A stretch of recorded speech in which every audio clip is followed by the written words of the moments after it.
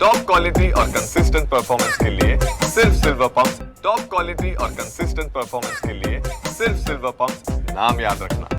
मुंबईत आज सकाळपासून पुन्हा एकदा पावसाला सुरुवात झालेली आहे। मी सध्या मिठी नदी परिसरामध्ये आहे। या ठिकाणी आपण पाहू शकता कुर्ला CST रोडचा हा संपूर्ण परिसर आहे। मिठी नदी तुडुंब भरून वाहते आणि सगळी जर दृश्य पाहिली तर आपल्या लक्षात येतं की आसपासच्या ज्या झोपड्या आहेत त्यांना सुद्धा आता सावधतेचा इशारा देण्यात आलेला आहे। जसा जसा दिवस वाढेल आणि जर पाऊस अशाच पद्धतीनं सुरू राहिला तर मात्र या सगळ्यांना या ठिकाणाहून स्थलांतरित करावं लागू शकतं किंवा त्यांना आपल्या ज्या मौल्यवान वस्तू आहे त्यांची काळजी घ्यावी लागू शकते, स्वतःची काळजी घ्यावी लागू शकते। सगळ्यात महत्त्वाचं म्हणजे आसपासचा जो परिसर आहे, कमानीचा परिसर असू द्या किंवा LBS मार्गावरच्या आसपासच्या झोपडपट्ट्या असू द्या, त्यासोबतच क्रांतीनगर बैल बाजारचा परिसर असू द्या, या सगळ्यांना आता कुठे ना कुठेतरी नागरिकांना सतर्क राहण्याचे जे आदेश आहेत ते प्रशासनाकडून महानगरपालिकेकडून देण्यात आलेले आहेत आणि पर्यायी व्यवस्था सुद्धा महानगरपालिकेच्या शाळेमध्ये करण्यात आलेली आहे। मिठी नदी सध्या दुथडी भरून वाहते।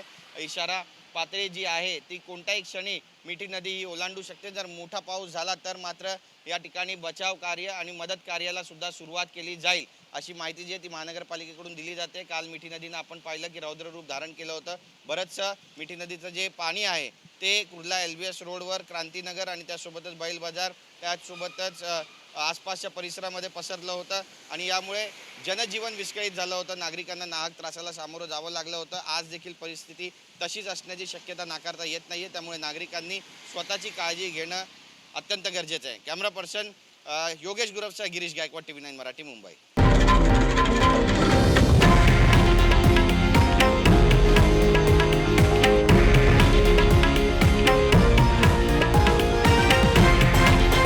हे आहे देशातील नंबर 1 न्यूज नेटवर्क आणि आपण पाहत आहात TV9 मराठी, एकमेव।